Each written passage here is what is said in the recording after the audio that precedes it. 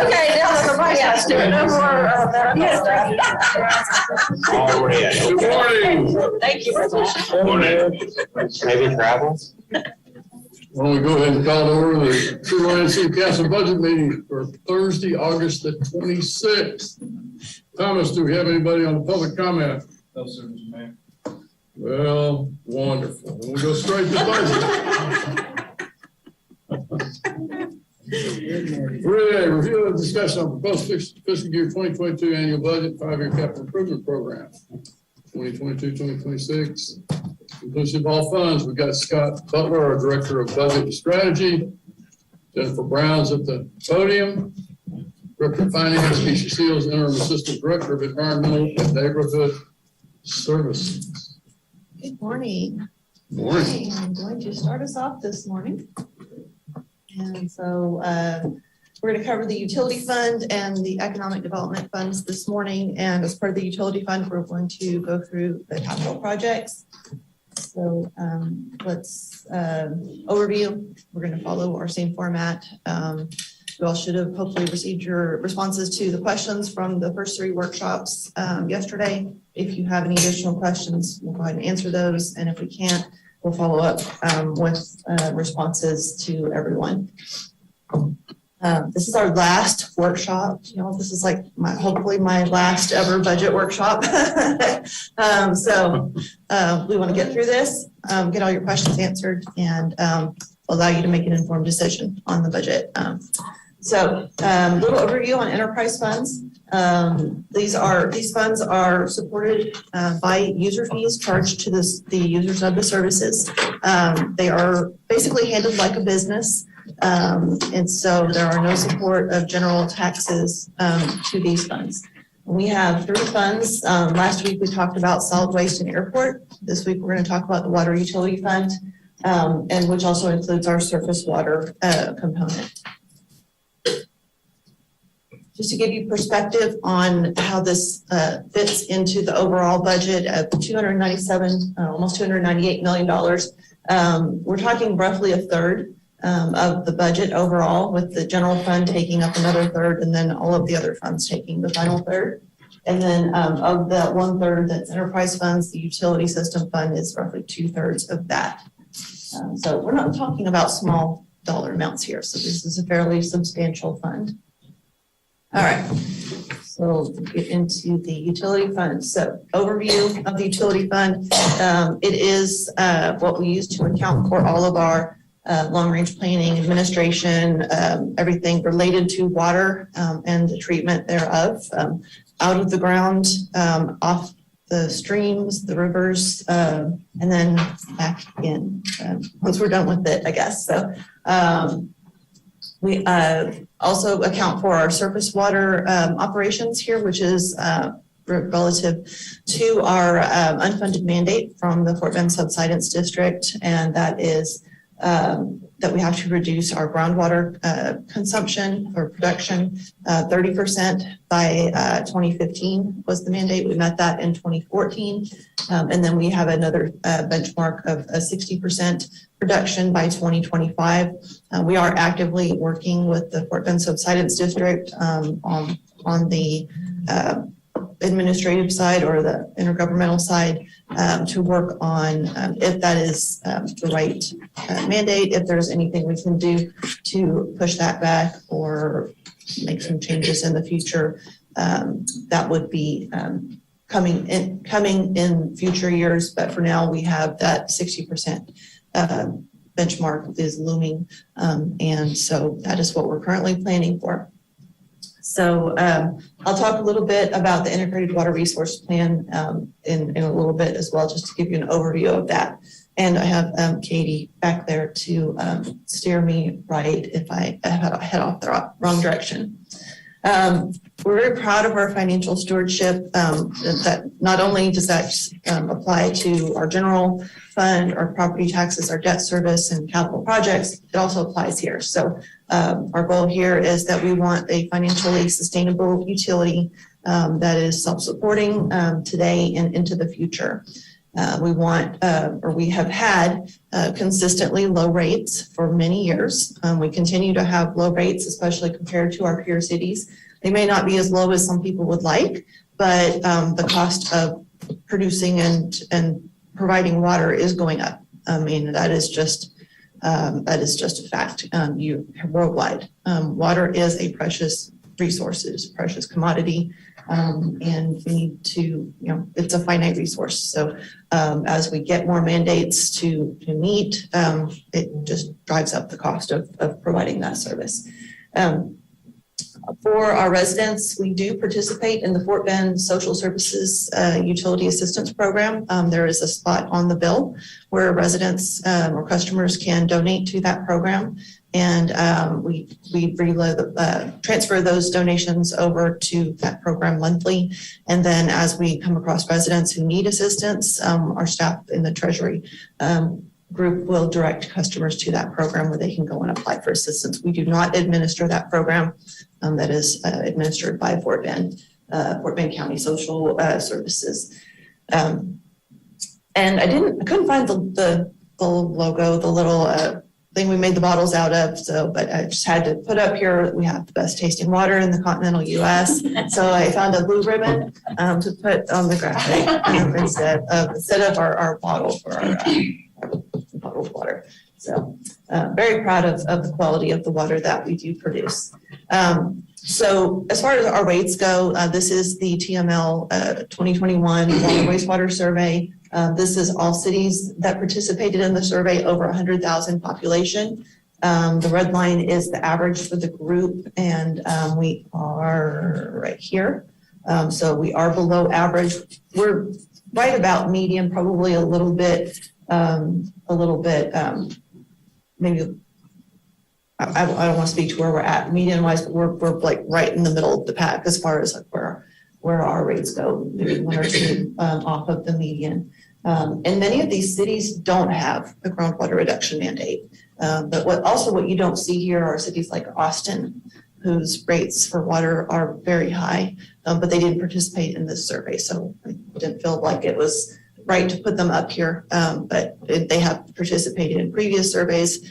They have probably some of the highest rates in the state for water, and they're under a whole different set of rules with the Edwards Aquifer and what they're dealing with over there. But then when you look at cities in our region, so these are basically Houston, Galveston area, Fort Bend cities. Again, average is around $104 per month for a 10,000 gallon residential bill. This does not account for our winter average. So this is just calculating everybody on the same basis for consistency. And so we are just below average in this group as well. So we're actually over here. Jennifer, the Missouri City is controlled by the MUDs. Yes. They do have a surface water treatment plant, but that doesn't reflect their full cost. That is correct. That is correct. So when you see Missouri City here, this is probably just the Missouri City portion of the bill. And then the MUDs are billing for services. Thank you, Mayor. That is a very good point, because Missouri City doesn't actually provide water and wastewater services to their customers. Those are billed by the individual MUDs. And so when you get MUDs involved, the MUDs have tax rates. Often the tax rates will buy down the utility rates. And so the actual utility bills that are paid in MUDs are often substantially lower than the actual cost of service. And so it's hard to compare when you have that because we don't subsidize our utility rates with property taxes at all. So Jennifer, is Tomball, are they in the same boat, or do you know? Yeah, more than likely, yes. There are a lot of MUDs. I don't know Tomball's setup, but They don't have surface water. Okay. A lot of the outside, a lot of cities that you see up there, don't have surface water component, and that makes a big difference. I think Montgomery County is under the mandate. So Fort Bend Subsidence District and then Harris County has it, but I don't believe Montgomery County does. And so again, that's probably, just city of Tomball proper. There are a lot of developments outside of the city limits that are run by MUDs. I can just tell that this is a chart. Everyone's going to default to Tomball or Missouri City, and he given me that answer, so I was just curious. Yeah, and that's it's all about how they're set up, and without really digging into what's behind those numbers, these are just the responses from those cities to that survey, and it doesn't reflect any other entities that are charging for services. And we're kind of unique even for those where we do have MUDs in the city. Those MUDs are not providing utilities. The city is the provider. So I think we're kind of a unique setup where many other cities, they would have MUDs providing those services with the city kind of overlaid. Looking back on our rate history, we've had many years of not raising rates. 2011, prior to 2020, 2011 was the last time we raised water and wastewater portion of the rates. Between 2011 and 2014, we were increasing the surface water component of the rates as we were getting ready for that 30% conversion requirement and bringing the surface water plant online. Then from 2014 to 2019, those rates stayed stagnant. They stayed level. And during that time period, essentially, as we were not doing those maintenance increases, we started to see our bond coverage fall off. We didn't stop investing in our utility. Obviously, we had to continue to maintain it and keep up with the infrastructure. But this was an implementation of the park bonds was going on at the same time. There was a desire to not be raising taxes and utility rates at the same time. But you really have to separate those two. They are two totally separate things. Yes, they all impact our residents, but they're supporting different things. And so whenever you have a period of not raising rates for a long period of time, inevitably what you end up having to do is have larger rate increases to get caught up with where you should have been had you been doing smaller, say 2 to 3% increases annually. We could have been where we're at, where we're proposing to be at the end of this 10-10-10 plan. We could have been there with smaller maintenance increases annually. So our financial management policy statements actually state that that's the preference that to do those smaller maintenance increases rather than going a long period of time without adjusting rates and then having to have larger increases. So we got a little bit away from that. So we're trying to get back on track. Jennifer, that was a conscious decision. It was a conscious decision not to do it because we're going to do the integrated water resource plan. Unfortunately, Yes. It took 3 years to get that done. A few years, in the planning stage, so you ended up with a period of time where the rates weren't raised. Yes, that is correct. So Mayor, may I respond to that? Why was there was a decision made at some point, 10-10-10. Yes. Was there an urgency because we're so far behind, or it sounds good? Yes. And I'm being sarcastic, but No. Why wasn't it, a 4-year plan, or I have no idea. So once the IWRP was completed in 2019, One of the recommendations of the IWRP was to have an update done or have a utility rate study done. So in 2020, we brought a consultant on to do the utility rate study. And part of this as well, in 2019, the utility revenue bond rating was actually downgraded. And so our rating agencies noted that we were not meeting our bond coverage. Prior to that, we had annexed Greatwood and New Territory. We took on a large amount of debt. And if you recall, we pay our utility-related debt from our utility fund. It's not revenue bond debt, so we've never treated it as if it has had to have a bond coverage requirement. But the rating agencies are treating it as if it has a bond coverage requirement. And so they changed the way they were looking at that during that time. And so what ended up happening was we were basically almost at a 1x bond coverage. And so they downgraded us, both Standard & Poor's and Fitch. And so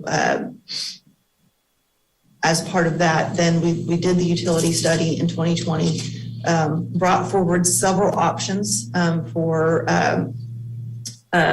getting the rates where they needed to be. The 2020 rate study was the first one that implemented or incorporated the recommendations from the IWRP.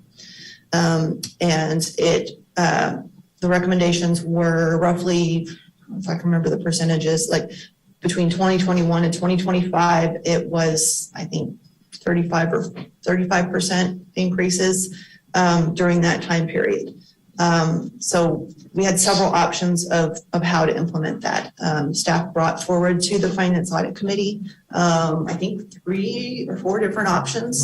And the Finance Audit Committee actually came up with a flat dollar amount of $10 a month over a 3-year period. 10, 10, 10 is how we kind of ended up with that.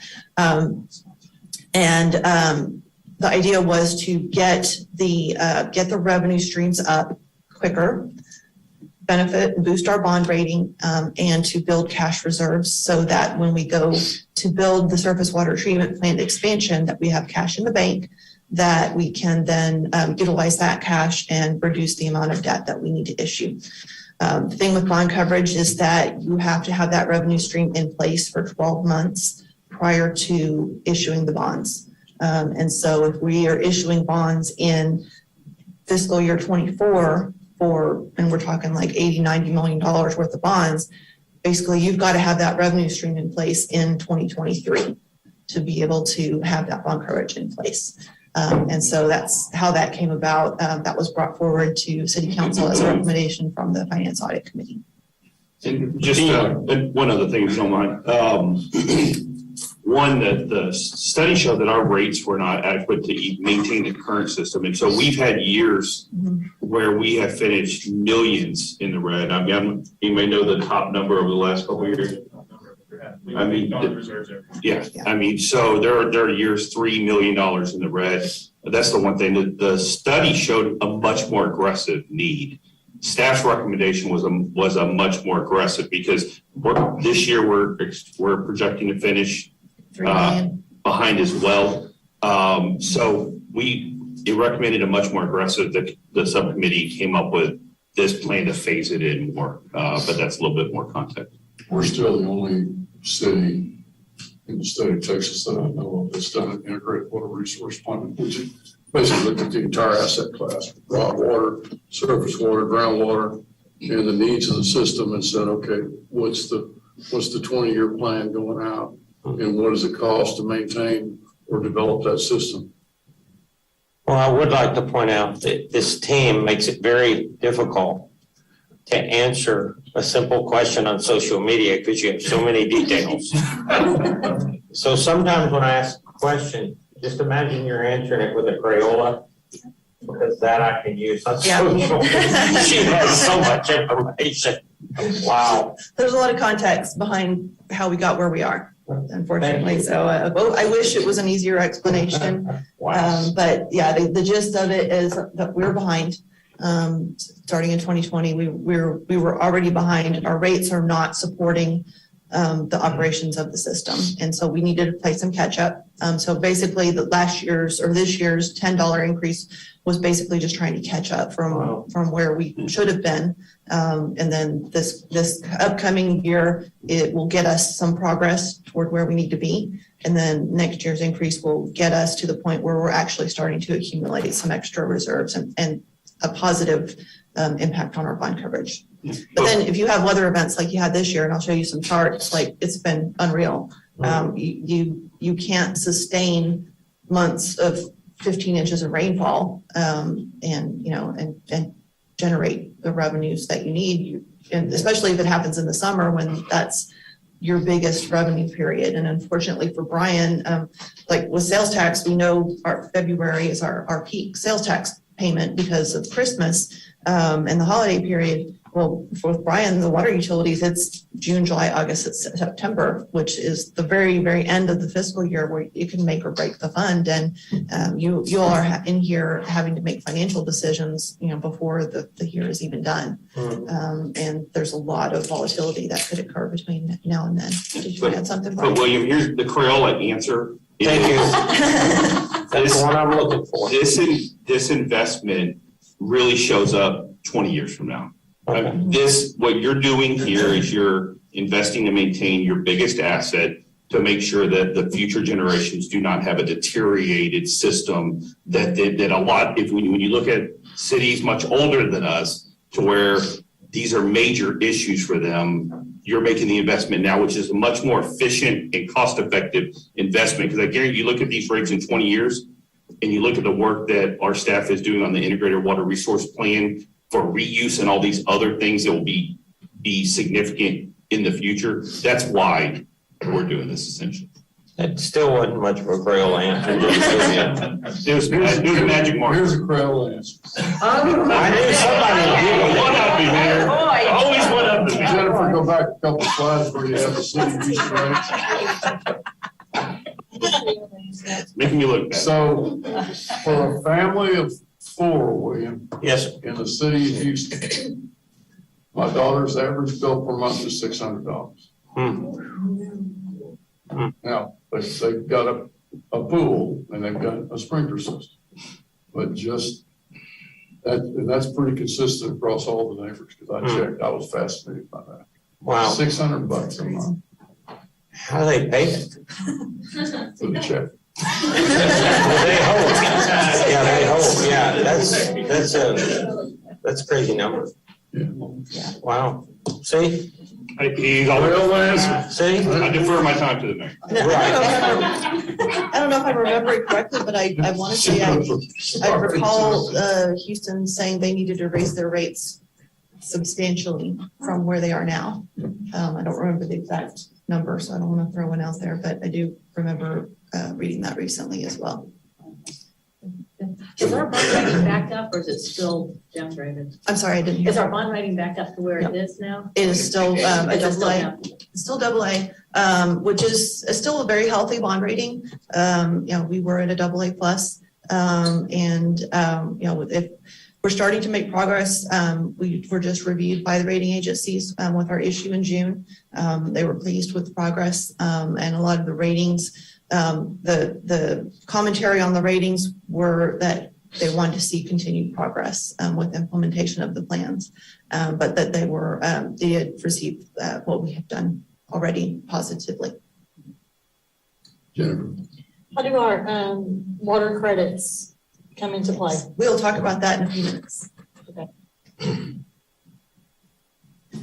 All right, so overall, this is just an overview of the utility rate study. We already saw that we were having issues with rates not sustaining the operations of the system. We wanted to incorporate the IWRP recommendations and really develop a 10-year forecast, looking out at what ultimately the rates needed to be. Even since the IWRP, we've had cost refinement in some of the projects that were recommended from the IWRP. I'm sure aware that the costs of capital and construction are escalating. And so this year's version of the rate model incorporated those updated increases. And then we still have some policy work. Phase 2 of the project was policy recommendations, and then with the winter storm and everything that happened this year, we ended up having to kind of skip over that part of it, come back to skip phase 2 to go to phase 3 to get further recommendations on the rates. And then we now are going to go back and after we wrap up the budget, we're going to go back to what we call phase 2 and wrap up that policy work so that we can tie a bow around this project and get that completed. These are some of the things that we looked at as part of the rate model. I'm not going to read all of these, but there were some things that we've seen that really, I think, have impacted. And one of those is in the last 5 years, we've not really had a normal year. If you look back from 2015 to today, basically there's been something happen every single year. And so it's very hard to predict a normal weather pattern. And so we looked at things like the 2020 model actually used 2018 kind of as the base year for consumption. And then the other factor that we had is annexation. From anything prior to 2017 is we're not gonna have the data on the Great Wood and New Territory consumption. So taking that and then factoring in the weather patterns, it just makes it a little more complicated to come up with a good model going forward. But so we don't plan for a wet year. We don't plan for a dry year. We try to plan for a typical year, whatever that looks like. And so that's what the revenues that the model builds are just set based on that set of assumptions. And that may or may not reflect history, or may not reflect what, obviously it's not going to reflect what actually happens because it's a forecast. And then what we've seen over time is that we've implemented the volumetric block rates we implemented with the first rate study that we did back in 2007 to 2009. We implemented some bigger changes to the block rates, and they've had, I guess what you'd say is the desired impact is that they have reduced consumption. And that's the whole idea of block rates, is that they are encouraging conservation. Well, the downside of encouraging conservation is that your volume goes down and that you're not generating the revenue from your volumetric rates that you were previously.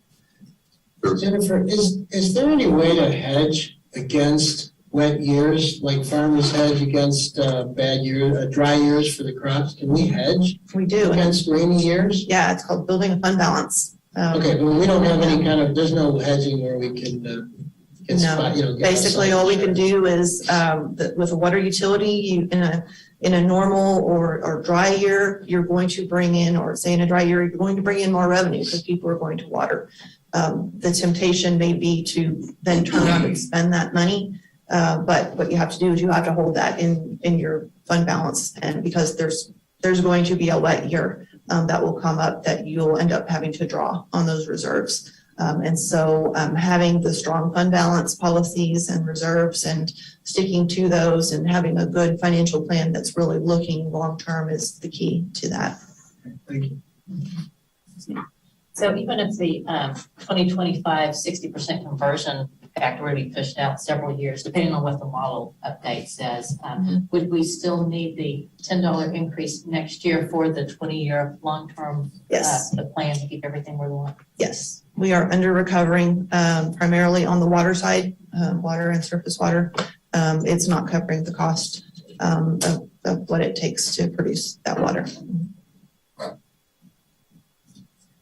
I think we've talked about all of these other things. So the bond ratings obviously are that was a conscious decision to not raise rates. And I believe council was proud of the fact that we didn't raise rates, and that kind of took the downgrade as a badge of honor of, we made the right decision for our residents at the time.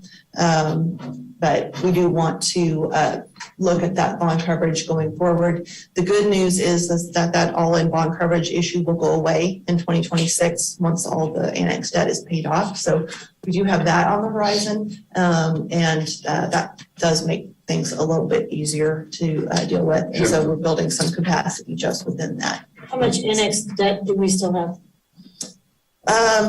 So we're, off the top of my head, I can't remember the exact figure. Get that answer. But we can get that for you. Yeah, I have a schedule. It is dropping. I think we're transferring around $4 or $5 million this year. And then it drops kind of continuously between now and 26.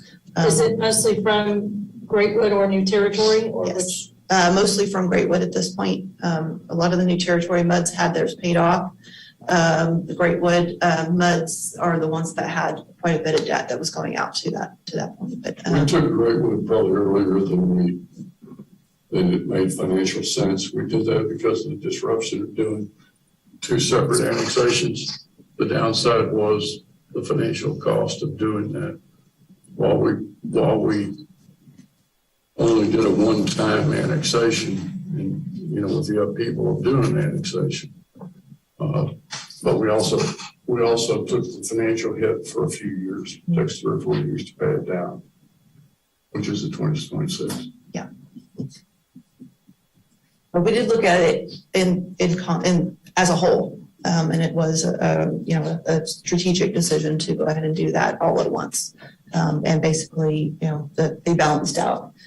And then okay, so let's see. Conclusions. I think I've talked about all of this already, so I won't repeat all of this. But we did. We're really looking at building in, those rates to build in flexibility for the future. We do have. Last year we had a discussion with council about what is the best way to utilize the credits that we've accumulated for the GRP to try to defer that large capital outlay for the 60% mandate. And so I'll show you here in a couple slides the updated analysis that we've done on what kind of bank we need to maintain to be able to sustain an outage or disruption in the surface water plant.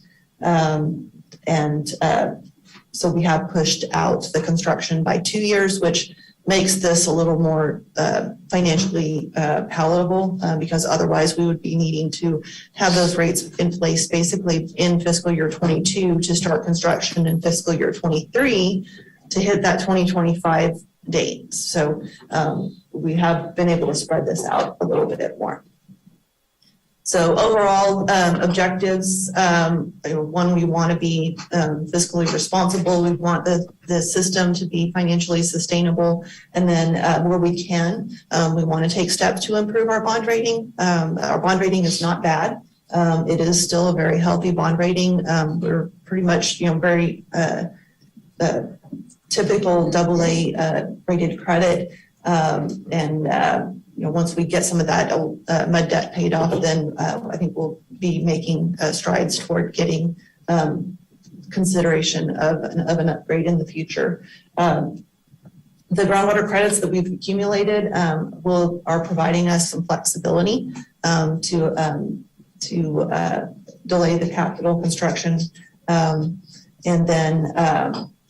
We're looking at, I showed you the benchmark rates with our regional cities, and how could we fund those projects with the fewer number of larger rate increases, and then build those cash reserves. All right, so looking at where we're at this fiscal year, this has been a very interesting year.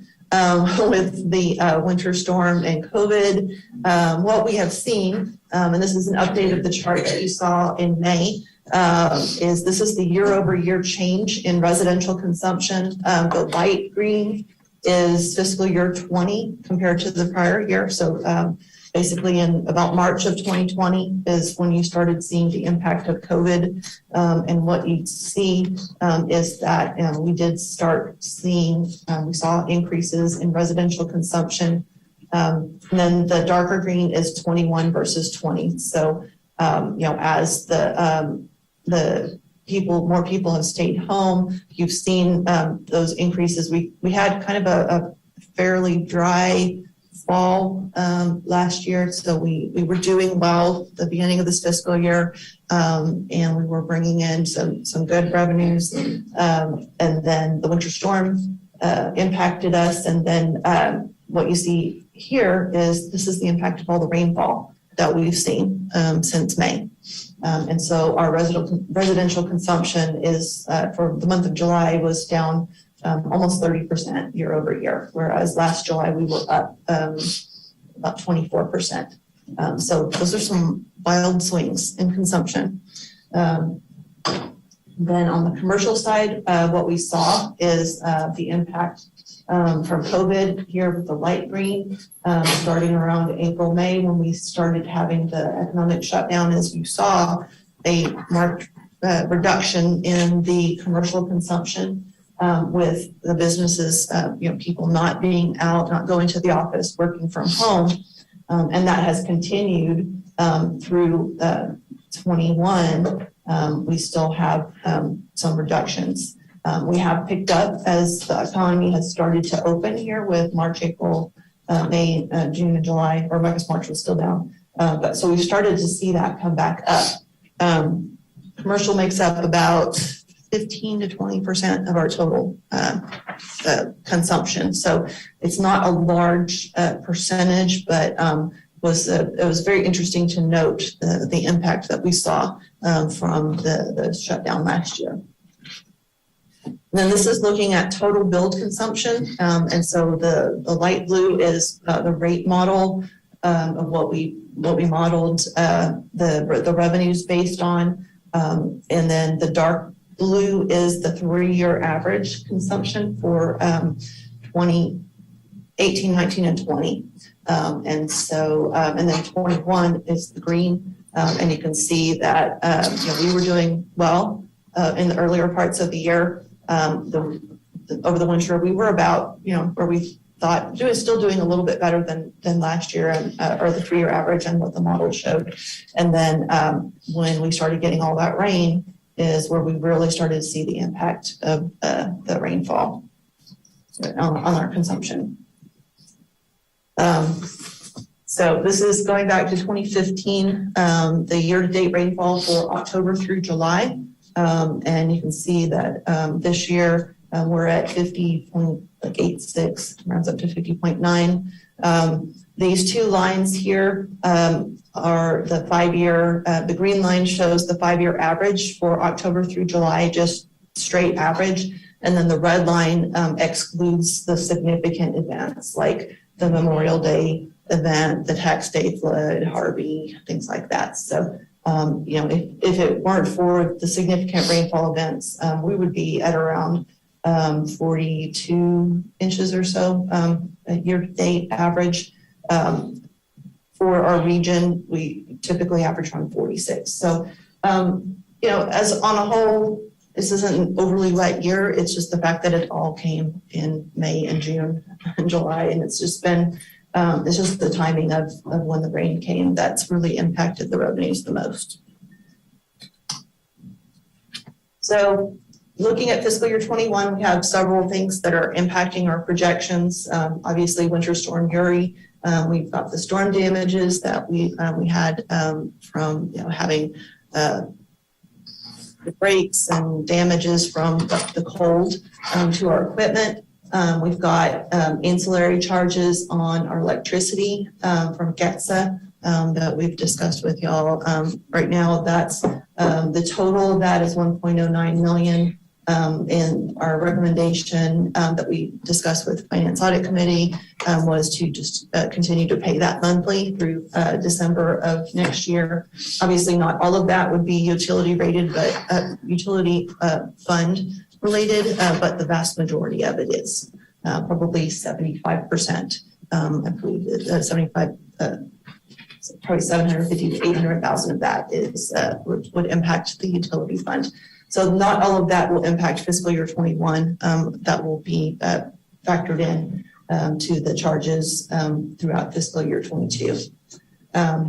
The wetter than normal year has impacted our revenues pretty substantially, but fortunately we did have strong performance early in the year that put us in a pretty good position coming out of the winter storm and into the May and June timeframe.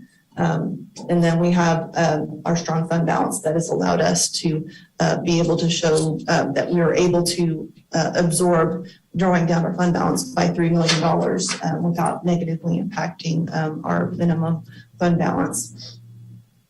We did a refunding in June with the issuance of the bonds for this year's capital projects. And so we've recognized the proceeds and the expenses, and the savings on debt service get built into the future years. And so those are already incorporated into the 22 budget and the forecast beyond. So this chart is summarizing the 21 budget to projections, and you can see that there is an increase in revenues compared to the budget that is going to be from the refunding bonds. So we're recognizing the refunding proceeds. That is offset by lower than budgeted, projected lower than budgeted revenues for charges from services. And then on the expenditure side, we factored in the additional cost of the storm and the refunding, the payment to the escrow agent. So overall, the net change, we are coming in by drawing down fund balance by $4.8 million. We had planned to draw it down by 2.5. And so our ending balance will end up with around $10 million as the ending balance, which is around $3 million lower than the budget anticipated. Okay. Any questions on 21? I have a question back to the mayor. On the mud in Greatwood, out of that transition, I understand, and my understanding is not always correct, the artificial turf field that was given to the school was funded by the mud. The mud has two funds. It's got a debt service fund and it's got a general fund. Okay. Under the way the Texas law is written, the debt service fund can't be touched and has to be passed to the city. Okay. And it becomes the city's obligation. The general fund is, the mud is allowed, all muds are allowed to spend that on pretty much whatever they want to, and they do. So we rarely see a transfer of any amount of money in the general fund. The mud or the people view that as their money, they can spend it where they want, the rec center. Right. I'm not going to say. Right, no. You know, but they get to spend that money. That's happened, I think, probably in every annexation that we've done. So was the general fund used to subsidize the lower water rates at the time that everyone benefited from, but now they're like, our rates seem so much higher because it appears for like 2 years, the rates were excessively low. Yeah, there were muds in Jennifer, I think it was New Territory where they had no tax rate. Wow. They just eliminated the tax rate because they knew they were going to be annexed because it could. Wow. You did get 3 good things out of the Greatwood deal. 3 of them are at the table. That's duly noted. So you better be nice to us. And Greatwood did see significant reductions in what their tax rate Yes. was. So We're under a much they better forget that time now. sometimes. It took me that long to come up with that question. Yeah. Took me that long to come up with an answer.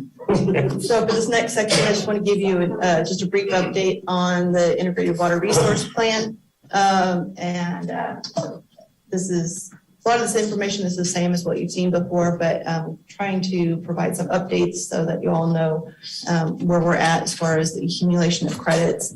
It's just an overview of what the IWRP was, and what we've done here with the chart is, it looked at a portfolio options. And the committee came up with, kind of ranked the prioritization of the objectives.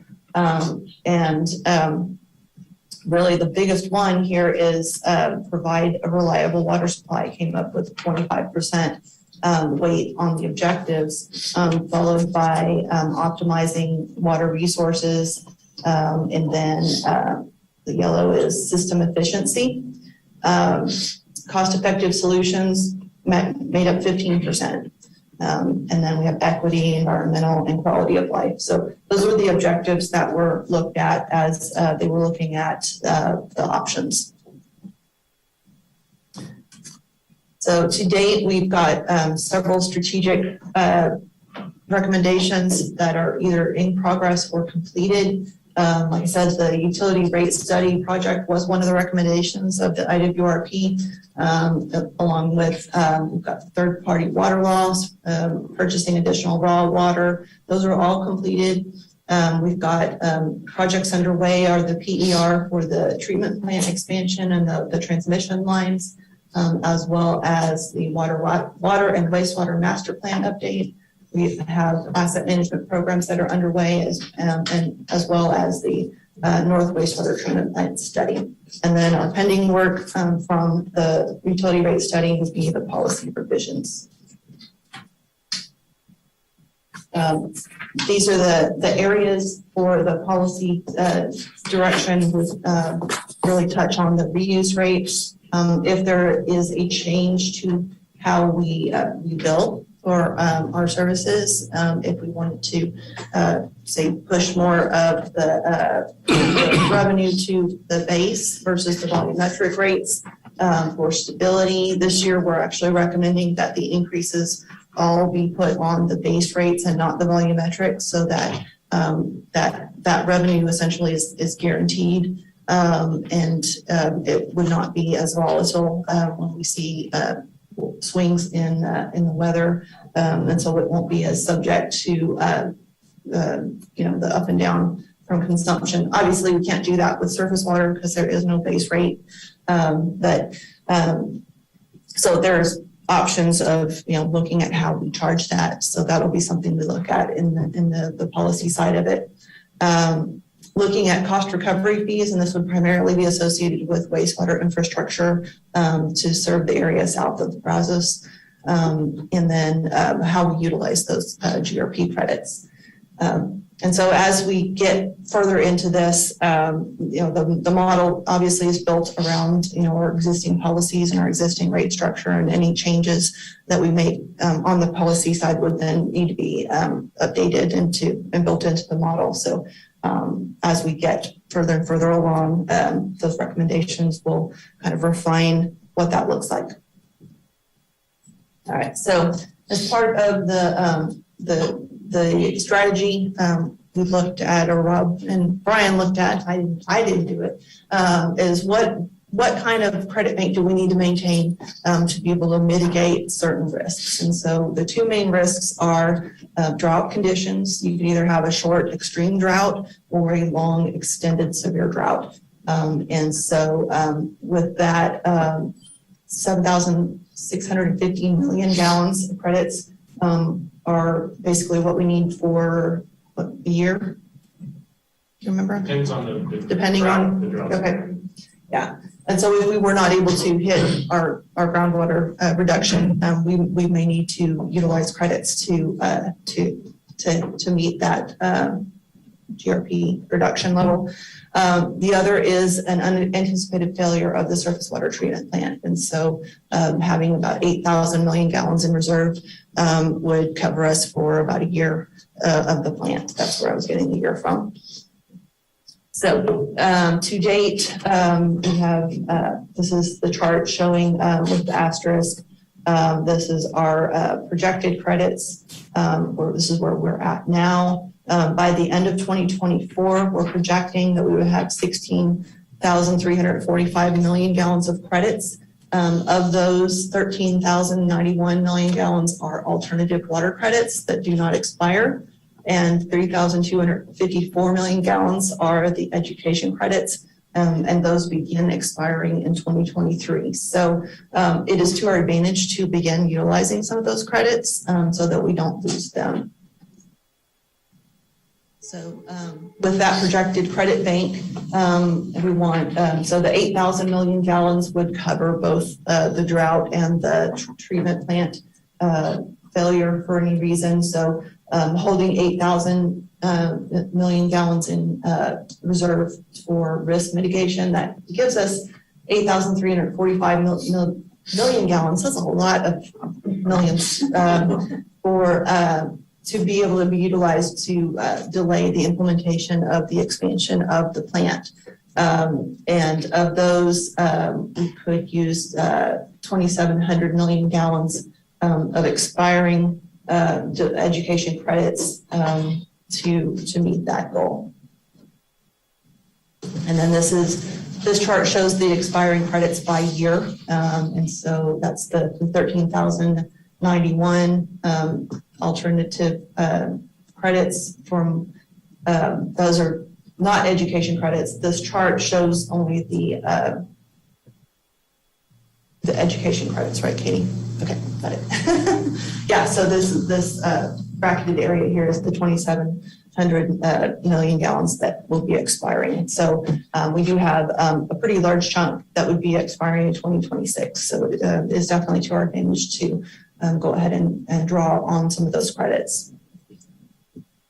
So that is the update on the use of credits and the strategy. Any questions on that? Mayor, I've just decided I'm just gonna ask you everything because No, don't ask me. you seem to help me pretty well. So as I go back through this with my little Crayola brain here, and so our state legislature, in their wisdom, came up with the program through studies about our subsidence and other issues, I'm sure. And some time ago, they established a subsidence program, and we're under these unfunded mandates, of which not every city is under, or not every county, region, the breakdown is under. We have spent a lot of money and a lot of spreadsheet time on trying to understand this all. As I look at it, I'm just kind of like, holy moly, this is a big, big deal, especially for those of us that are impacted. And so do our state, like our current state rep, is he aware of all this? Do you have any idea? Like, do they sit and talk about this like we do, or do they have no clue at all? I mean, this is a huge impact. I can't answer. Is Rick here? I'll say one thing, the state set up the Fort Bend subsidence. Right. But then it's the Fort Bend subsidence district working with the Houston Galveston one to Right. establish the conversion for 2015 and 2025. So the state didn't say you have to do this conversion. The state Okay, set up the the subsidence. subsidence districts, and then the subsidence districts are the ones who came up with the regulatory mandates for us to meet. So, and then the state essentially steps back Yeah. and lets this thing run on autopilot until the end of time. Essentially, there's no expiration on. It's vested in the statutes that created the subsidence districts. Rick? Yeah, Rick? That's correct. Agree? Yeah, that's correct. Yeah, okay, that's correct. The subsidence districts was created by the state back in the 90s, and the district itself is they come up with the rules on how to mitigate the subsidence. The only thing that we can do is, put the right people on the board and that sort of thing. And that's what we've been working on, is to ensure that we are working with our representative, Greg Wine, on the board and ensuring that he understands our concerns. And that's how we're working with the district. And I'm sure state reps, it would be doubtful Okay. that they would have an extensive knowledge of what this is and how it impacts cities. So is there any motivation to ever revisit it on a state level as opposed to just let it run auto. And cities like ours that are responsible, you know, we're trying to live up to these rules. And some cities don't have those rules. And so we have to compare ourselves, say, we're tall, you're short, you know, on these graphs. And I just wonder if the state's just like, it's running well, just leave it alone. I think the strategy that we are trying to implement now is to work with our representatives on the board itself. The state really does the creation legislation that created the subsidence district, but it's now up to the board itself on how it wants to govern and mitigate subsidence. And so that's kind of left up to the district itself.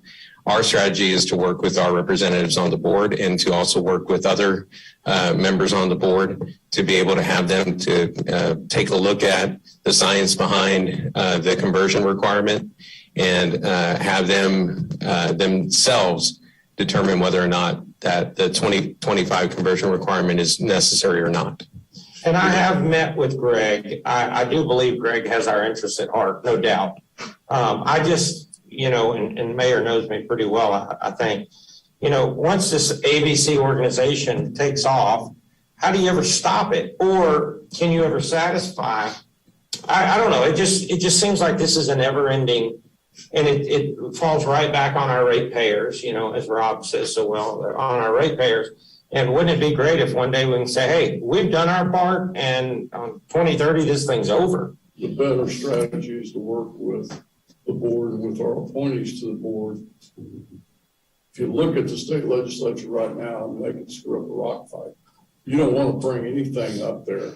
I mean, look at what they're doing right now. I mean, they're in two special sessions and then got anything passed in two special sessions, likely to call a third. Yeah. The more that we work locally, I think the better opportunity. Yeah, and to touch on that, Mayor, also the enabling legislation doesn't have anything to do with conversion requirements or anything like that. All of that is done through the subsidence district, bylaws and all that sort of thing. And so that's really where you can make an impact.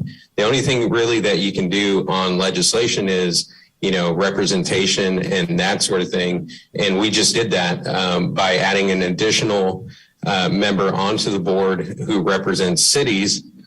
We did that where they were trying to add it to represent the county at large.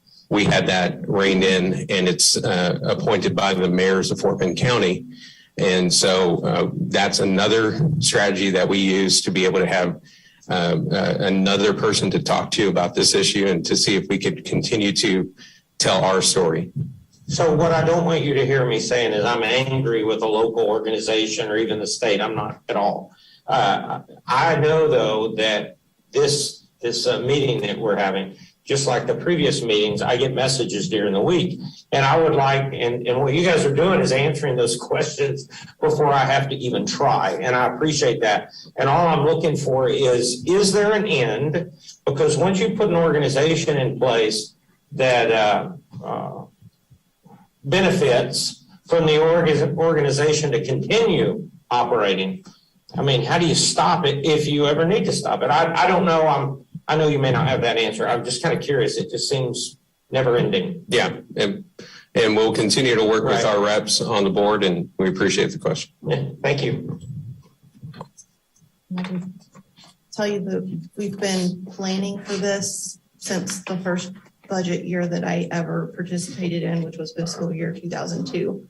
And so this is, I mean, the city has had the insight to see that mandate and start planning for it early. And so this has been a very long,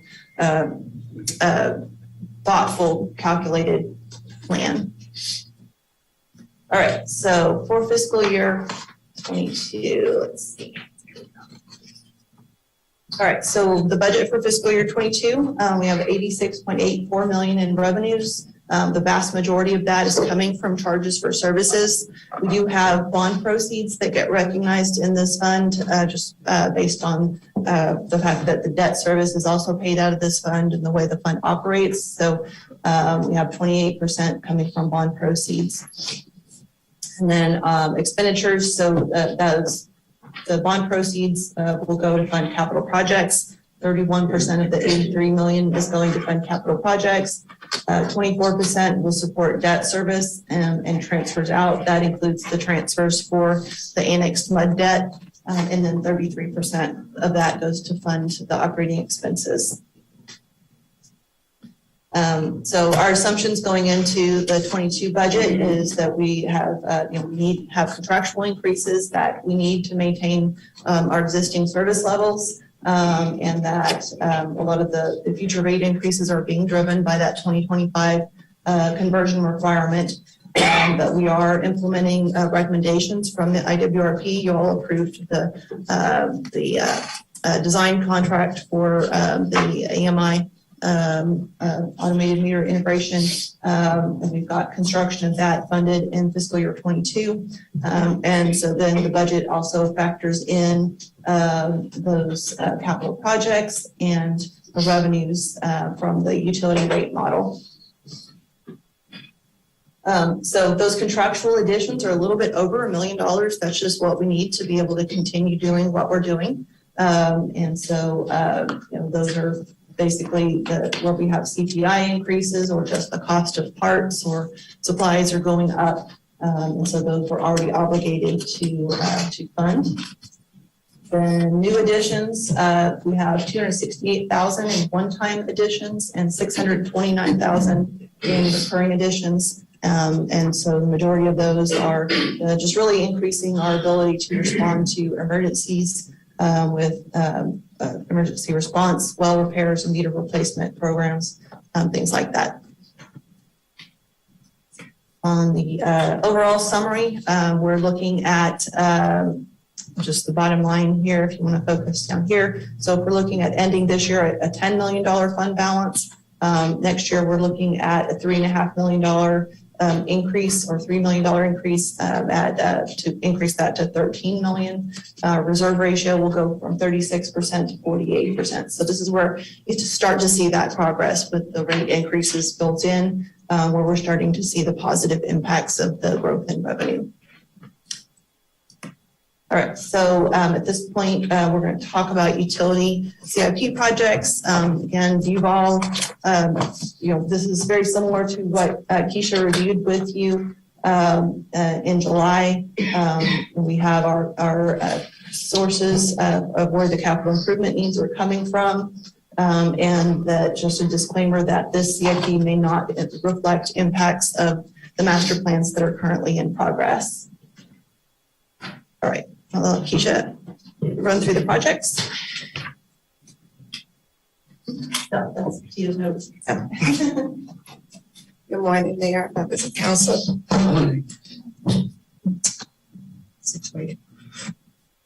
Okay, so like Jennifer said, these are all projects that you've seen before, so I'll spare you going through all the details of them, but I will just say, kind of highlight the high level descriptions of them. Excuse me. So the first one is the surface water project, which is the surface water treatment plant expansion, and this is the land that is needed for Homewood Way.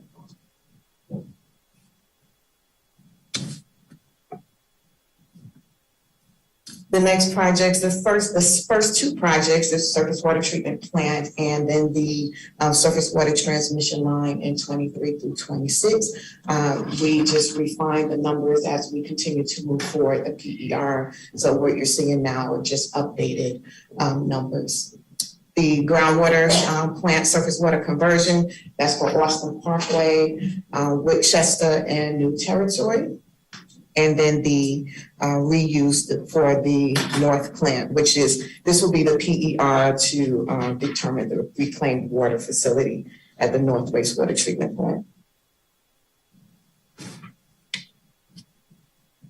For FY22 wastewater projects, several projects are ongoing.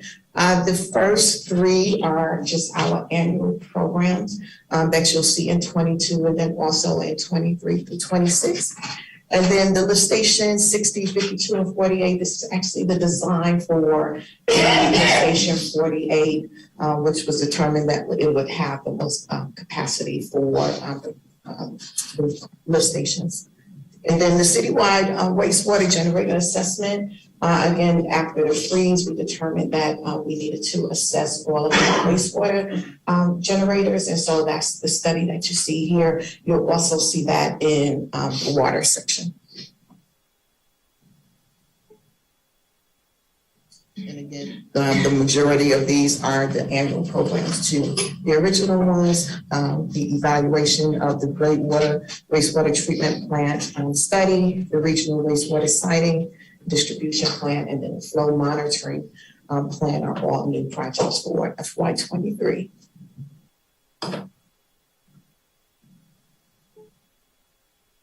Stepping into into water, you'll see again, the majority are our annual programs, with the exception of the city water generator assessment, and then our main system water modeling study, which will take place in 22.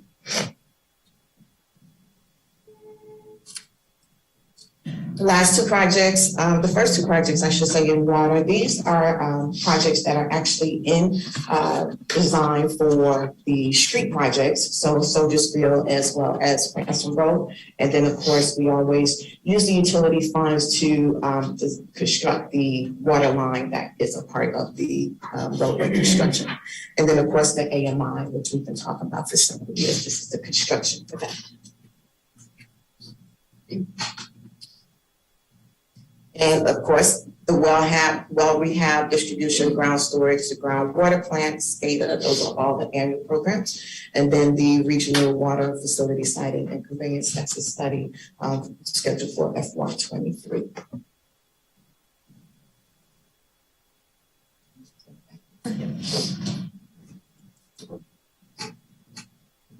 So this is the summary of the 5-year CIP. You can see there's a significant investment, $164 million over 5 years. Almost 90 million of that is surface water related. But we still have some substantial investment that's needed on water and wastewater infrastructure. So that factors in the delay of the construction of the surface water treatment plant expansion by 2 years and utilization of those GRP credits to hit that 60% conversion requirement in 2025. So of those projects, there are two that have substantial impacts on operating budget. And so those costs are factored in. And the surface water treatment plant expansion, this is 6 months impact in fiscal year 26. You will see the full year impact in fiscal year 27. But our model goes out 10 years. So we've got that, the rates are factored around that full operating impact. And then the AMI would start to see that impact in fiscal year 23. All right, so for the 5-year forecast, we made the assumptions that we're funding, the projects as proposed, built in the operating impacts. We have the operating budget increases, just the maintenance increases. We've assumed 3% growth in personnel costs and 1% in maintenance and operations. We assume that we're implementing the this year's $10 increase in fiscal year 22 and the last step, the $10 increase in January 23, and then about 3% annual maintenance increases thereafter. So those costs, those increases to the rates are necessary to support the plan. And then if we have any changes to the rate structure from the policy side, we would bring those forward next year. So the 5-year forecast just shows that we start having a positive net income in fiscal year 22. And then in fiscal year 23, you can see it does get bigger, and that's with that third step of the 10-10-10 plan. We start to build a cash balance. And then in fiscal year 25, you can see that there's a net drawdown of 14.7 million of the net income. And that is the drawdown for the cash funding for the capital projects in fiscal year 20. And then in 26, we are still under construction and don't have the full impact, the operating impact just yet. So But overall, it's a good forecast. We've looked at the bond coverage ratios and cash reserves, and it's a healthy plan. As I mentioned on the utility rates, this is what the changes that would be recommended would be on the base side. So you can see that the volumetric rates here are not recommending to be changed. This on the 3/4 inch meter, we'd go from 964 to 1248 for water and 1354 to 1530 for wastewater. And then the only volumetric change here will be on surface water. There's no base charge associated with that. So for a typical residential customer with 10,000 gallons of water, 6,000 of wastewater, and just the base charge, that would result in the $10 increase. On the commercial side, you see that with the larger meters, the base fees are higher. They grow proportionally based on the potential demands on the system. But again, no changes to the volumetric rates except for the surface water and GRP pumpage fees. And then this is just illustrating the impact on the residential bill. Will be going from 8119 to 9119. This chart illustrates this with our winter average in place, whereas the survey charts did not include that. It assumed that we were charging out wastewater on the full 10,000 gallons. So that's the reason for the discrepancy between those two. And then over the 5-year forecast, this is ultimately we need to get bills at right around $100 to $105 to be able to sustain the system. And then once we start implementing the operating impacts of the capital projects, just continue the maintenance increases. So we have assumed 3% increases year over year in the out years. All right, any questions on utilities? Jennifer? So we didn't talk about any like potential revenue sources to pursue to assist us with the expansion of the surface water treatment plant, for any funding for that outside of increasing the tax rate. Yeah, the utility rates. Utility rates. Yeah, there's that we're aware of. There is no other funding available. We wouldn't qualify for as many of the like the low cost loans and things like that through Texas Water Development Board. We don't want the LMI. We don't. Lower income farms. Yeah. But So we're when getting good rates on our bonds. When you put your schedule together for your forecast for potential tax rate increases over a period of years to help fund these things, do we also like factor in like the increase of the homestead exemption? Because it seems like when we get the numbers in, it's always too late to do that. Well, these are not supported These by are enterprise taxes. funds. Okay, got it. Pay for just about rates on the utilities. Yeah. Okay. So Mayor, Go ahead. Mayor, feel like I'm all talking about water today. I do appreciate water. I've never been around this type of planning regarding this amount of money. And at some point, I'm assuming our contacts, our board contacts or otherwise, are going to say, look, we're gonna continue with the 60% plan on the 2025 expectation, blah, blah, blah. Or they're going to say, you know what, this thing's gonna go back to 2028 or whatever their plan is. When do we know that? They're working through that right now. It's got to be based on data. You just can't willy-nilly say we're not going to go with the 2025 conversion. So there are studies being done right now in Harris, Galveston, Coastal Subsidence District. Okay. Greg Wine and Fort Bend is participating with them. And they're going to look at the numbers and see, the whole goal is, the groundwater pumpage has caused subsidence, and that subsidence over time has been mitigated. And does it now make sense to continue with the program at 2025 for another 30% surface water conversion, Or does the science support a longer time frame before you have to go to that 30%? That's what we're trying to determine right now. And Chris and his team are working full time. I mean, he and Rick, Subi, Katie, Brian, everybody involved on the water, the utility side, Rob, they're all involved in all this stuff with not only Greg, who happens to be an engineer, which is an advantage, but also with Mike Turco over at the Harris County Coastal Supply District. so did you use the term willy-nilly because you were talking to me, William? I've never heard you say willy-nilly, Mayor. I use it quite a bit. But the other side going to that is the forecasted demand in water, because they expect, people to still continue to move into the region. So they Sure. are forecasting an increase in water consumption. So there's a lot of assumptions that go into the model, not just the aquifer pressure piece. I'm getting caught up. Hey, you done good. Willy-nilly, but I'm getting caught up.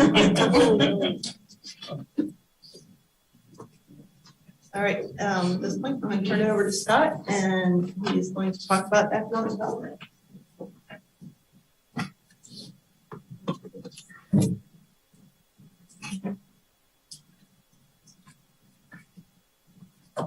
Okay, so I'm going to cover the excitement and opportunities that surround economic development. Just to first start off with this logo, I really like this logo, but this logo almost caused a fight in my house. Back in April, when I was going through the interview process, one of the things I was given and took home was a bag that has this logo on it. And when my kids saw it and we were discussing coming here, they fought over the bag because they thought this logo was just so cool. Not that they drew a comparison to the city that I was coming from, but I really like this logo. I think it captures everything that the economic development represents. Today I'm going to talk about the SLDC, the 4B Corporation, Special Events Fund, and Tourism Fund. This just captures kind of a snapshot of the breadth of the things that are covered under economic development. So everything from business attraction to quality of life things, and then ultimately visitors captured through tourism. And so first we'll cover the things that are covered under the two corporations. Just as background, each corporation is funded by 1/4 cent of the sales tax that's been approved by voters. The funding utilization is restricted based on the Economic Development Act, but voters can authorize the use of different types of funding. Type A can be used for type B projects. Just a couple of examples, they're not common, but examples of projects that have been used in the past include the US 59 widening, and then the entertainment district and performing arts area. Overall, the goal of these two corporations is to promote growth and diversification of the tax base, and then to support economic development and quality of life efforts. This slide just shows some factors as far as the Economic Development Corporation budgets. So some of the things that go into our projections for FY21 and then the FY22 budget is that we're continuing to look at sales tax recovery, and especially centered around retail and the food and entertainment sectors. Our estimates continue to be conservative because we recognize that there is some risk, even on a weekly basis. Some of those risks continue to change as we navigate the pandemic. And then also a portion of the personnel that are normally funded by the hotel occupancy tax has been shifted to the corporations to help reduce the hot expenditures. And then economic development is working with a consultant right now on a workforce and targeted industry analysis, and down the road they'll be sharing those results. That's what helps us in the recruiting process and in terms of attracting opportunities to Sugar Land. This is just a quick overview of the FY21 budget, the projection as well as our FY22 budget. The fund is expected to end FY21 $1.9 million higher than budgeted, which is a result of the recovery in sales tax in recent months, as well as reduction in expenditures for incentives. For FY22, again, we're taking a conservative approach for sales tax revenue as we continue to monitor recovery in various sectors. Expenditures include the reinstatement of $2 million for reserve for opportunity, which will result in a drawdown of fund balance, a planned drawdown of fund balance of roughly $1 million. The fund balance still remains at $5.5 million, which is well above our policy requirements and ensures that we have a healthy bond coverage ratio as well. This is just a quick snapshot of the expenditures that are planned for FY22. You can see how the incentives as far as economic development are scheduled out, debt service, and then our reserve for opportunity. Transfers out covers overhead and some of the other costs associated with city operations. In terms of our long-range assumptions on the revenue side for sales tax, financial management policy says that we follow the CPI for February. Yes, sir. Could you go back one, please? I just had a question that, just by looking at this, never even reared its head to me before. Eco-development incentives, that's 1.7 million, right?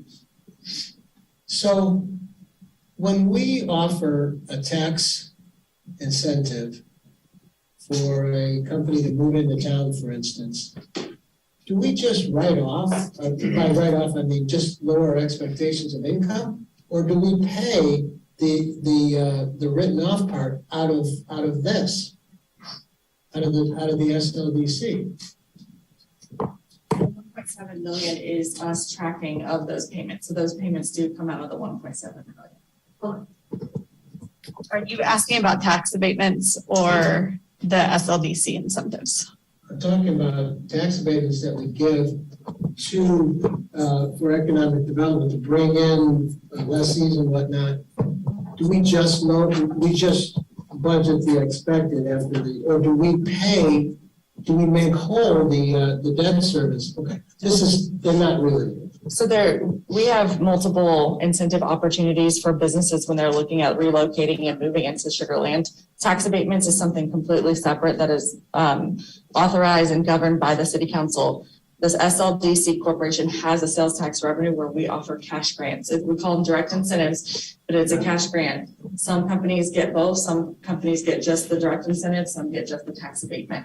So what we do is, in part of that compliance process, we evaluate, did they hit the number of jobs, the salaries, et cetera, et cetera. And then depending on their compliance documentation, we pay out the cash to them based on the incentive agreement. But these are all performance agreements. They're maxed out at 10 years. We bring them to the SLDC and get them approved. And then this is just the money that we set aside each year as we evaluate whether businesses perform as expected or not. Okay, thank you. Sure.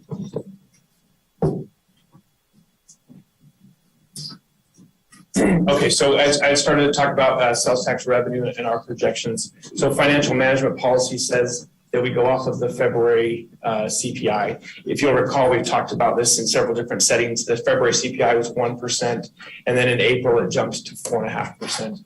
So we've kind of settled in on the middle ground for FY23 of 1.5% in order to make sure that we still remain conservative. And then in FY24, we're going to reset to our FY19 actuals. What this allows us to do is to prevent compounding any of the downside risk across the forecast. In terms of reserve for opportunities, originally we had a total reserve of $10.5 million. However, Jennifer Brown did mention in the property tax conversation some of the concerns over outstanding lawsuits and disputes, and we recognize that there is a potential for impact to TERS 1, which would impact the SLBC. And so in order to properly account for that, Mr. Ferguson has asked in several of the meetings, is someone watching this? And I think this is an example of how we monitor this. So we've reduced the reserve for opportunity in order to make sure that we've accounted for any risk that exposes on that property tax side. Scott, Yes, sir. Jennifer, in the 4A, which is the Development Corporation, the $4 million for debt service, tell the council what those projects were. Yep. So the projects funded by the SLDC are the town square infrastructure that's reimbursed, partially reimbursed from the TERS number 1, and then the Smart Financial Center is the main project that's supported. So they have 2 issues remaining. Yeah, there was a tax exempt debt and there was a taxable debt. Yeah, the taxable debt service fund, that one is supported by the lease revenues, and so it's actually not associated with the corporation. But there was a $38 million in sales tax revenue bonds that were issued for Smart Financial Center that are supported by the sales tax from this corporation. Thanks, Jim. And then I'll touch on, there's $4 million in FY23 for capital projects. We'll touch on those in a moment. And then we include incentives, $1.7 million across the forecast. This is an overview of that 5-year forecast. Areas that I would highlight include FY23. You'll see that the expenditures jump based on the $4 million for capital projects that are included in that. Additionally, if you look towards the out years, we have some increasing debt capacity opening up as we pay down the debt for the town square infrastructure in FY25. It's also indicated by the growing bond coverage ratio, which means that we have opportunities down the road in terms of the forecast. A quick snapshot of the capital projects that are included within the 5-year forecast. Owens Road and Brazos River turnaround. I should mention that this is a portion. These are regional projects with Fort Bend County as well as TxDOT. And this represents the portions that are attributed to these funds versus the total project cost.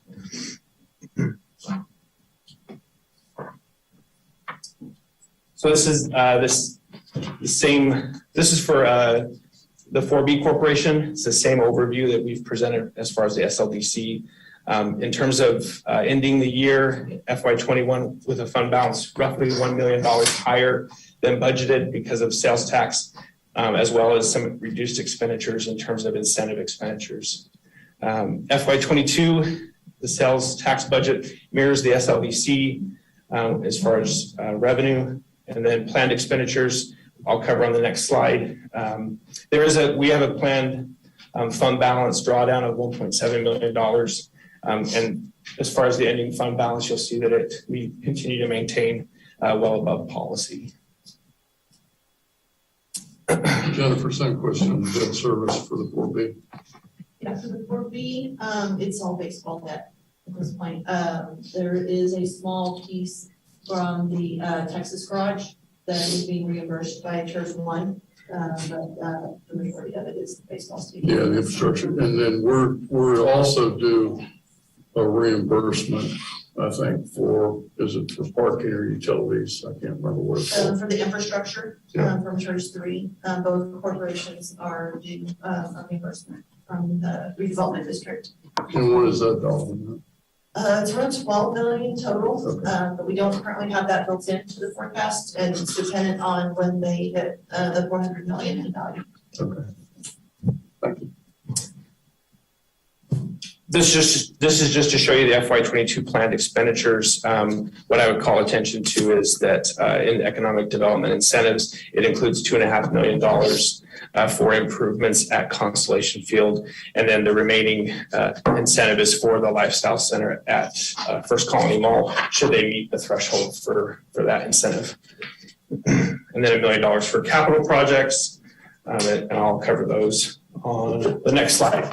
So these are the projects that are planned for FY22. The first 3 are ongoing projects. They're annual amounts that are set aside for these purposes. And the public arts projects, if I understand, is normally funded out of the tourism, but again, to save the funding there. A portion of it is funded. So in order to save that fund, lower expenditures. As far as the 4B long range assumptions, the revenue is the same as I've outlined for the SLDC. The remaining reimbursements for debt issued on the Texas garage. We have $6.5 million across the forecast for reserve for opportunities. And then in terms of incentives, there is a total, there's continued incentives for improvements at Constellation Field, $7.5 million across the forecast. And then, as I mentioned, the incentive for the Lifestyle Center at First Colony Mall. May I ask a question? Sure. Texas Garage, what, if I may, I'm not familiar with Texas Garage. It's over there in Sugarland Town Center. So when you invest, Jennifer, May, you want to cover that? Jennifer Brown. Jennifer Brown. So there's 3 garages here in Town Square. The Lone Star Garage is the one over by P.F. Chang's. Can't remember the name of the garage. The Marriott, the Hearst Garage is the one adjacent to the Marriott, and then the Lone Star Texas Garage is the one behind the office building. This way, right here on Town Center, Highway 6. That's the Texas Garage, and so there was it was oversized from what it was originally going to be built at, and there was 400 spaces that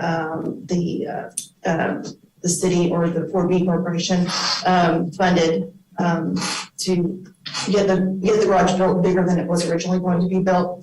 And then a portion of those spaces, a little bit more than half, was bought from the developer. And so the corporation was reimbursed for those. And so there's around $150,000 a year as the debt service, and it pays off in 2025. So we also invested, I think, in the hotel Yeah, everything Town Square related will pay off. The TERS expires in 2025. And so the way that we structured all the bonds, they all pay off prior to the expiration. And I think the COs for the conference center actually pay off in 22 that the city funded. Thank you. All right, then this is just a 5-year forecast. You can see a decline in the debt service reserve as some of those obligations are met. We continue to stay above policy, and the bond coverage ratio grows in the out years. Again, the opportunity to respond to emerging opportunities in the fund. I should note at the bottom for TERS 3, there is a $7.8 million reimbursement for improvements out at in the Imperial Redevelopment District. That was money that the city advanced in order to get some of that infrastructure done. That answers your question. Yeah. And it's 4.7 for SLBC. Okay. Yes, sir. Is the debt on the corporation's issues taxable or tax-free? It's taxable.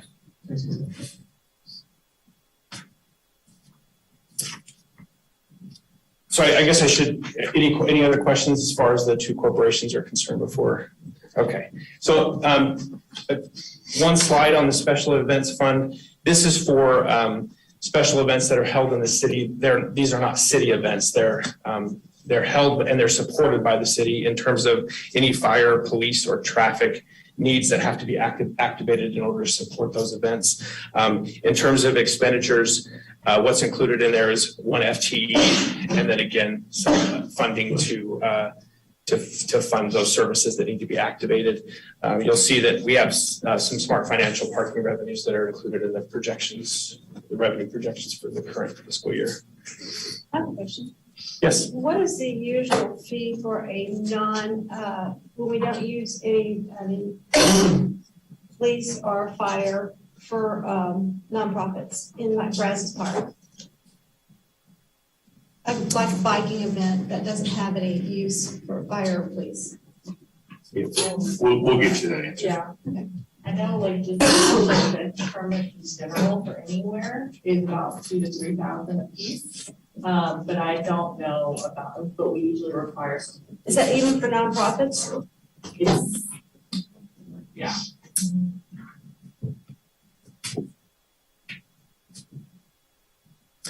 All right, so now transitioning to the tourism fund, just as far as an overview, the city collects a 7% tax on room receipts. And the spending restrictions are outlined as follows. 1/7 of that has to be spent on advertising. There's a maximum of 15% on arts programs, a maximum of 50% on historic preservation. And it's used to promote tourism and opportunities around the convention center and hotel industry. This is a fund that we've had a lot of conversations with economic development, and those will continue as we navigate recovery as well as pandemic.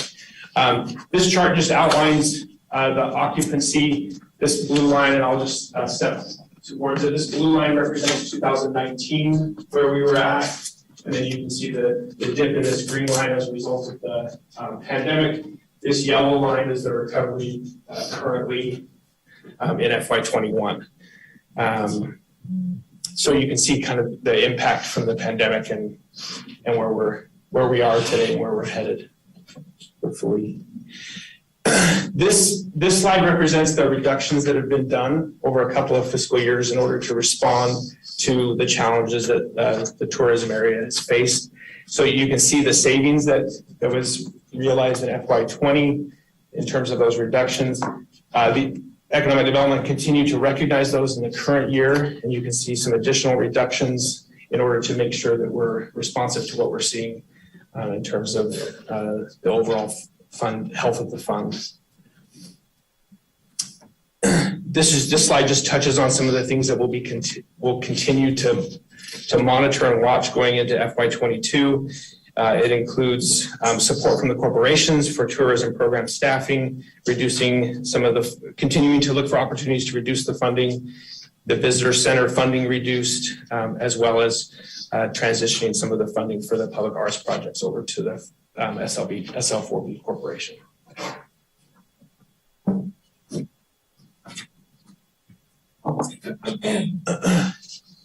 This just captures the FY21 budget projections and FY22 proposed budget. For FY22, we're estimating, we have an estimate built in there, an average increase of 31% in terms of hotel occupancy going into FY22.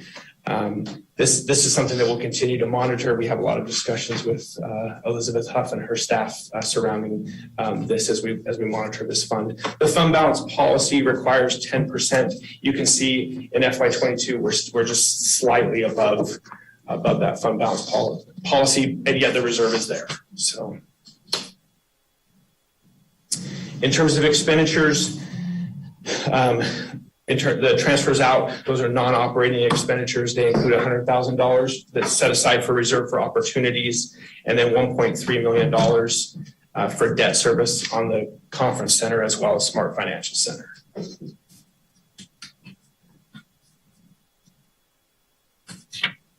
This is a snapshot of the 5-year forecast for the fund. Obviously, it's going to depend a lot on the recovery and how we progress through that, as well as just overall the strategies around hotel occupancy. And again, the economic development staff continues to look at opportunities to grow those opportunities. You can see in the out years where we have the fund balance policy versus where we are in the short term.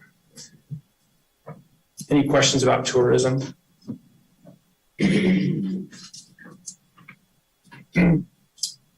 This is just to remind you of some key dates. So on the 7th, we'll have the public hearing on the proposed FY22 budget. It'll include the first reading of the fee ordinance, as well as we're presenting the resolution to amend FY21 budget projections. And on the 14th, we'll have the public hearing on the proposed 2021 tax rate. And then on the 21st, we'll be back to consider approving the budget, the 5-year CIP, and the compensation plans. The 2021 tax rate, the second reading of the fee ordinance and PID assessments, and then the vote to ratify the tax revenues. With that, anything that we can clarify or follow up on? Everybody good? Sure. Federal sales tax. Is there any way for us to know what percentage of the sales tax revenue comes from non-Sugarland residents?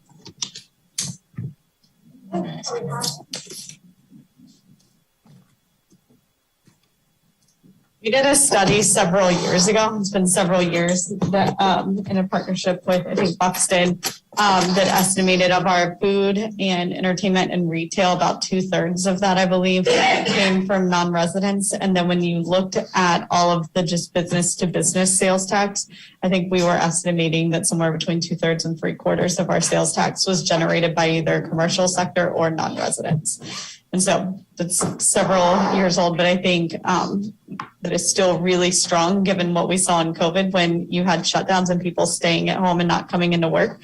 Our sales tax rapidly declined, and now that you have people coming back into the city for work and entertainment, you're seeing dramatic increases. Thank you. I think it's something to note that the expenditures from the corporation, which cover some of our amenities, really are mostly paid for by non-residents. Yes, sir. I like the sound of it. Absolutely. Thank you. You're welcome.